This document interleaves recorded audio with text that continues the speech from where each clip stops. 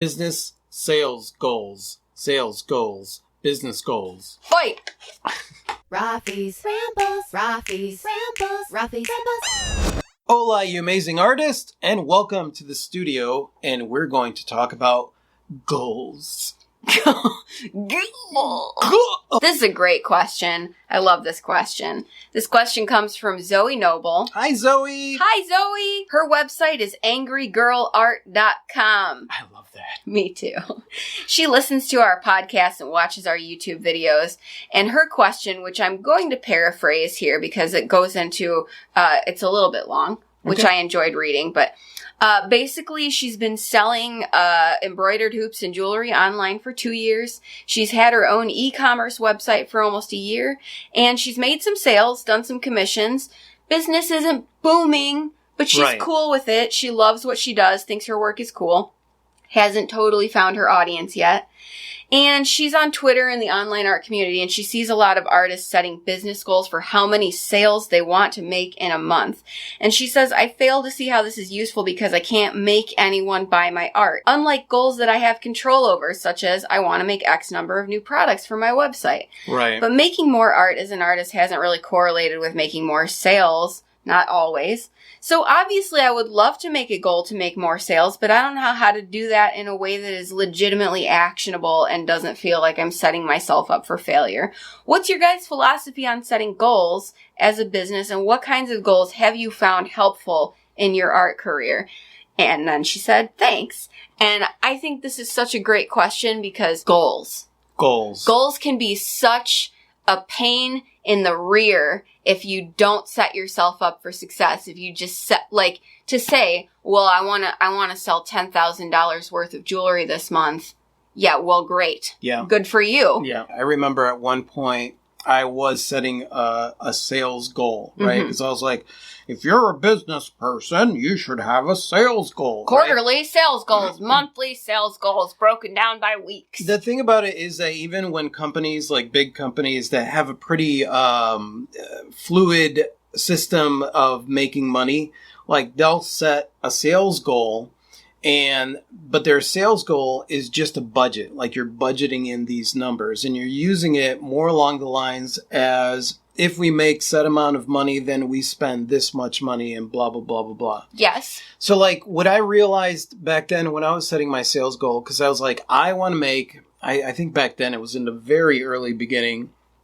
So I wanted to make at least $2,000 a month, right? So I broke it down by how many pieces I could create in a month and what the pricing was on those pieces. So it also dictated, am I going to work on small pieces? Am I going to work on large pieces? And there was a lot of stuff involved in there of like, what are the percentages of sales? Like, I know that if I go to the market and I'm selling stuff at the market, chances are I will sell about 10% of the volume that I create. Yeah. Yeah. So like even less than that, 5 to 10%. Right. And I think it's a good idea to do that early on, simply for the reason, I want to make this much monthly, right? Well, is it possible for you to produce that amount of art in a month and that was, at your price point? That was the biggest thing for me, was like, here I am in my brain setting a sales goal, but I'm not figuring out how I could possibly realistically get there. Yeah, because for a lot of us, when we get started in our art career, we're like, I want to be an artist. Yay! Yeah.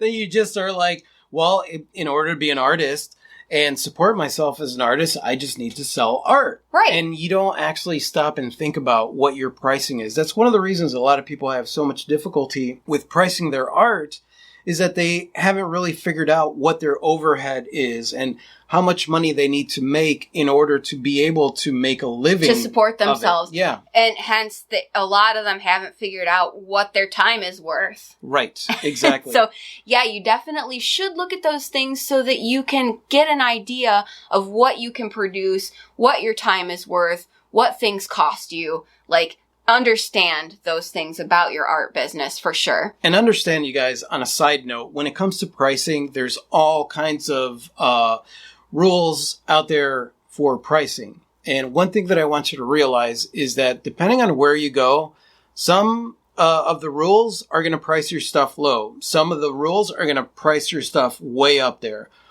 Really, when it comes down to it, it's cool to know those things, but understand that whatever strategy you use for pricing your work, it should be your own strategy, because essentially they're your pieces. So you created them, so you get to choose what it's going to cost. Keep in mind, it's art. It's not like market goods where you're like, well, this company produces art at this price, but you're not like toothpaste companies competing. That's one of the things that aggravates me the most from artists, when they contact me and they're like, well, why are they going to pay this price if they could get it at Walmart or get it at whatever this store is for like whatever? And I'm like, because that's not real art. Those are reproductions and prints. And honestly, the way that you should be seeing it is in a much more empowering way. You're not competing with them.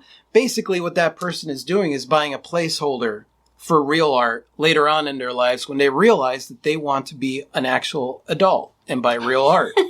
Okay, so understanding that, yes, it's good to have sales goals and understand what your time is worth and all that. Here's some things that I looked at then, like shortly following that. Okay, well, how does that translate into actionable goals?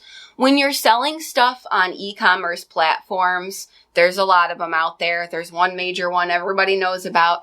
I found that actually setting goals that sounded like, okay, I'm going to attempt to list 1 to 3 new items on my e-commerce shop per week. That was a goal that I could work towards, because I found for myself that consistently putting new items on there was helping sales. Yeah. And more like production goals like that, or I'm going to just try to make 6 new items a week or whatever, depending on the complexity of the piece. I'm going to try to make this amount. And also, I'm going to try to show my work in this many places per month or this many opportunities per month, because that is actionable. So back in the day, it was, well, how many shows are we doing per month? Right. How many shows are we doing per year? Where are we showing our art? The multiple streams of income back then were very much footwork streams of income. So it was like showing stuff online, showing stuff in different businesses, in galleries, and doing the market. Yeah. Nowadays, it's like, how many different online places are we? How many different streams of income do we have set up? Yeah. How many different connections are we making? Are we constantly connecting with people? How often are we putting things out there, whether it's a painting or a piece of jewelry or a podcast or a t-shirt or whatever? And it's kind of like consistency. And now I'm going to get a little into like the airy-fairy realm here. My goal is to be creating and be in that creative mindset, because I have found that when I'm creating and when I'm inspired and when that energy is flowing in that direction, I sell more. Yeah. It's just the way it is. I can't explain it. It's just my truth. Whatever the situation is and whatever it is that I happen to believe in my brain, whenever I get into a rut where I'm not selling stuff, it's working on a new piece and getting inspired by the new piece that actually causes things to move. And then all of a sudden I'll get like a sale online or something like that. So like, I think as long as you are still moving in forward momentum, that's the thing to keep in mind with your goal. Like, does my goal actually drive me to want to do more in order to achieve that goal? So if it is a production goal, where it's like, I want to create at least 1 painting a month. I want to create at least 1 painting a week. Whatever it is, and if you want to involve money in it, you could be like, I want to create about $2,000 worth of paintings a month, so that by the end of the year, I've got $24,000 worth of art available. And in my mind, back then, it wasn't a sales goal. It was, if I created the art, that's money in the bank. Because someone will buy it. Yeah, eventually someone will buy it, even if it's 3 or 4 years down the line. As long as I'm creating that art and that art is available, it's money in the bank. So the more art that I have available for sale, the more that amount starts to stack up and add up. That's why one of the other questions that I get is like, what do you do with your old art? And I'm like, you sell it. Like, what?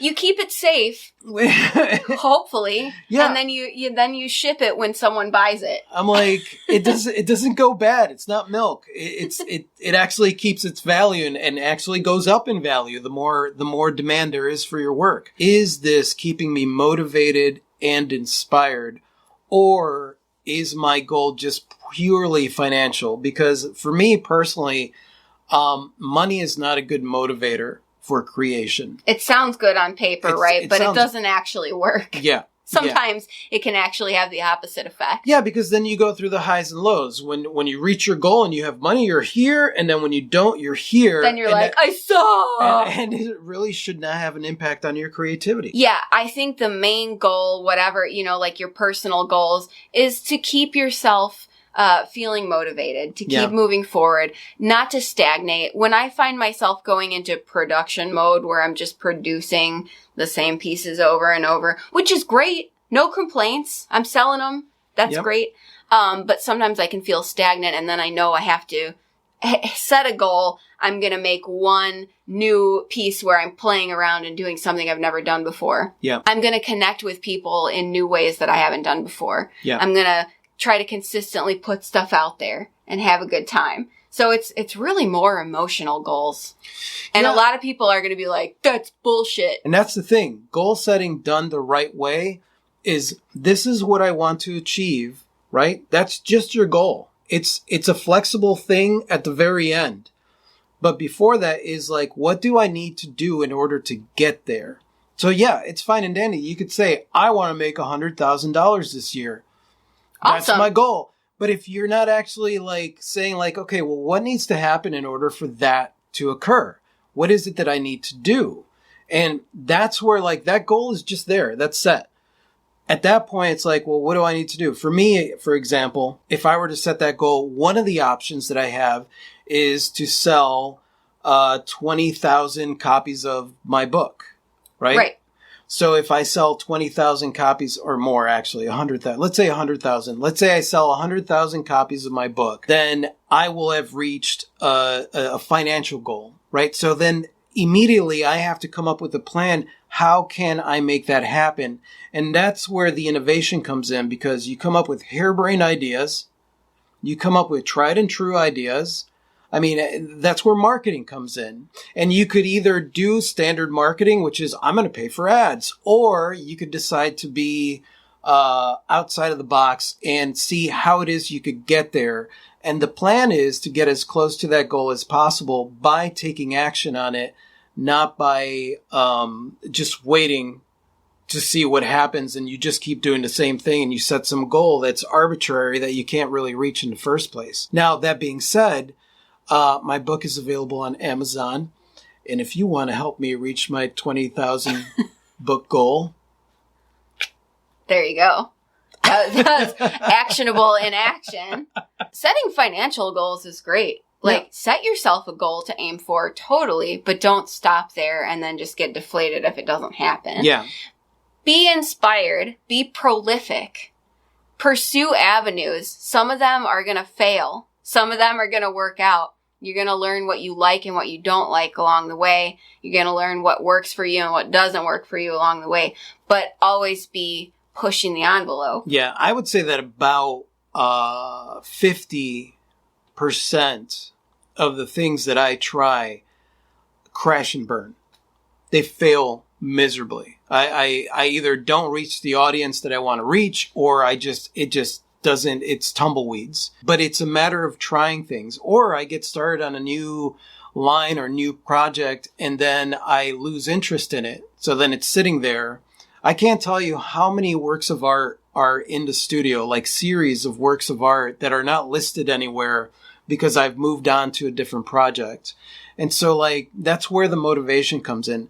I cannot be motivated by money. Money is fantastic. Money is great. I want lots of it by my book, but money is not the motivator behind why it is that I create or do the things that I do. Because if it was, then, I mean, for example, these videos, we make no money on these videos, even with everybody complaining about ads on our videos and stuff. The motivation for us is not the money. The motivation is being able to talk to you.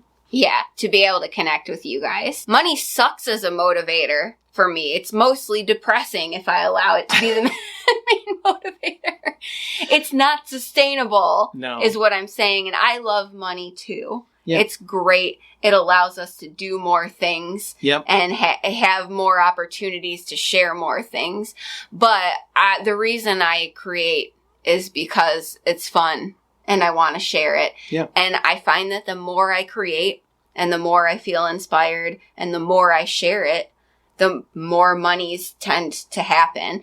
And there's no end to what you could do, even with everything that we've tried. There's still a bajillion things we haven't tried. For example, one of our peeps did an online live sale recently, and we were like, huh. So we've actually never done that. So we're going to do an online Facebook live sale. Yeah. How awesome is that? And see how it goes. And it could be total tumbleweeds and crickets, or it could be like, what? It's raining money. Is that money raining down on you? Yeah, money's like, ah. You guys know, because we're very honest about it. We've had months where things just dried up. And if money is what's motivating you to create, during those times, you're going to have a lot more difficulty. So your motivation to create needs to be separate from the money. Money could be a goal, but you got to see that as your business side of things, of this is the budget. So I'd like to make this much because I'd like to invest this much, or whatever the case is. But the steps in order to reach that goal should be fun for you, should be innovative, should be a blast. It shouldn't be time consuming and draining your creativity in order to reach that goal. So figure out fun, crazy, harebrained things to make it to that goal that are really going to give you the exposure that you want. But most of all, have fun with it and stay creative. Yeah, and some of them might be outside of your comfort zone. I mean, that's a good thing. And if you try and you're like, I hated that, then maybe it's not for you. As much as we do video and live streaming and all that stuff, am I nervous to do a Facebook live sale? Yes, totally. It's outside of my comfort zone. But that's a good thing. It's not having a conversation with people. It is getting on there and selling stuff. So you got to deal with those sides of your brain that are like, how dare you? Yeah. How dare you try and sell your things? To people who might want them. There are different challenges, but it's those things that are outside of your comfort zone and trying new things and pushing to do these things, not only to challenge yourself, but to challenge who you think you are and what you think you're capable of. To me, that's the goal. Right? Those are the steps in order to reach. Maybe the financial goal is off in the background. Mm-hmm. I want to make $100,000 this year. That's fine. That's there. But what can I do to get there? What kind of things could I do that I haven't done before? Because we also get contacted by a lot of artists that have been doing this for a while and they don't change things up. And then every year they're like, I'm not making enough. I'm not making enough. And then they sit there and complain. And I'm like, you can't keep doing the same thing over and over and over and expect different results. You have to keep growing and you have to keep trying things and you have to be dynamic, and it helps to be prolific. Yep. And it really helps on so many levels if you're enjoying the process. And absolutely. I'm so ineffective when I'm stressed out. Yep. I mean, just the most ineffective human you've ever met. Yeah, me too. You know. Me too. You're here. Me too. The book is such a good example because if money was the motivating factor for your book, good luck with that. You wanted to face your fears of putting a book out there. And even now in the aftermath, promoting your book, which I'm really proud of you for talking about your book just now. I have been very poor at promoting my book, even though the response on the book has been amazing. But I realized that one of my fears is promoting my book. And so that's that when it comes to a goal, that's something that I need to look at and say all right, well, let me promote my book in so many places and do. How dare you tell people about this book that they might want to read? Yeah, I know. These things, facing these fears or setting up these goals where you have to think outside of your comfort zone and do things that maybe you've never done before, you get to face those fears. And actually, it just helps drive you forward versus I'd much rather fail miserably at something that I've never done before and taken a risk than to just keep doing the same thing over and over and over and nothing changing. It just that doesn't make sense to me, and I get that, but a lot of the people that approach me with that, they want it to be handed to them, and as an artist, things are not going to be handed to you. As a human being, things are not going to be handed to you. You got to go out there and blaze your own trail. Yeah, who was it that said, I'd rather go out and happen to life than have life happen to me? A lot of the sales goal people, it's great, but those are also a lot of the people that are like, sale, sale, sale. Sale, sale, sale. Today only on social media. Yeah, today only, $20 a piece. I'm like, what? I'm not trying to niche people either. If that's a fine. I mean, it's a tactic, and that's what it is. They're all just sales tactics, things that you could do in order to achieve that goal. But you won't know if you like it. I'm not saying that there's anything wrong with that. It's not our MO, but. That's not our MO, but it might be. It might be. Our Facebook Live sale, I might be like, sale. Yeah, that was a really good question, Zoe. Yeah, thank really you, Zoe. Good question. And I know that a lot of this was a ramble. Like I said before, we don't script the videos, so a lot of this is just a conversation and sorting through things in my own mind and us having the conversation about it to really get down to the nitty gritty of like, okay, how do I feel about this? What is something helpful that I could say about this? And really at the end, all I could say is like, set your goals, but remember that if you're going to set a financial goal, have fun, innovative, outside of your comfort zone, outside of the box things that will help you reach your goal that you will enjoy in the process of doing it. Mm-hmm. Make sure that it's not anything that's going to feel like it's sucking your soul out of, like a lot of marketing and niche marketing and stuff like that just feels soul sucking. You're an artist. You're creative. Think outside of the box. Be innovative.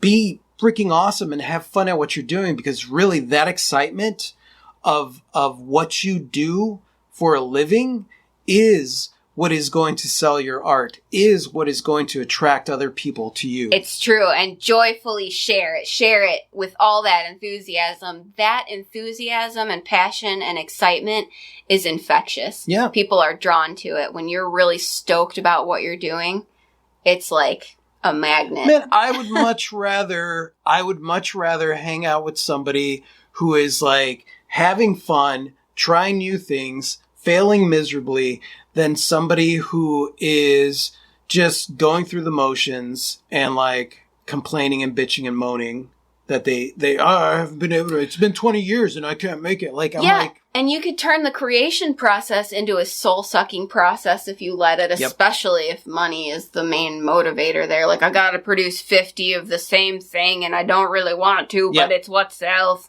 Which is why it's important. Have your goal, but make sure that the steps to get there are fun. Thanks again, Zoe. I think this is an awesome thing to have thought about and talked about, revisited, and shared. Yeah, very, very awesome question, Zoe. Hopefully we did give you some helpful advice here. Yeah, there was a lot of rambling. And I'm curious to know what your guys' thoughts are. Like, if you set goals, what kind of goals do you set? What experiences have you had with that?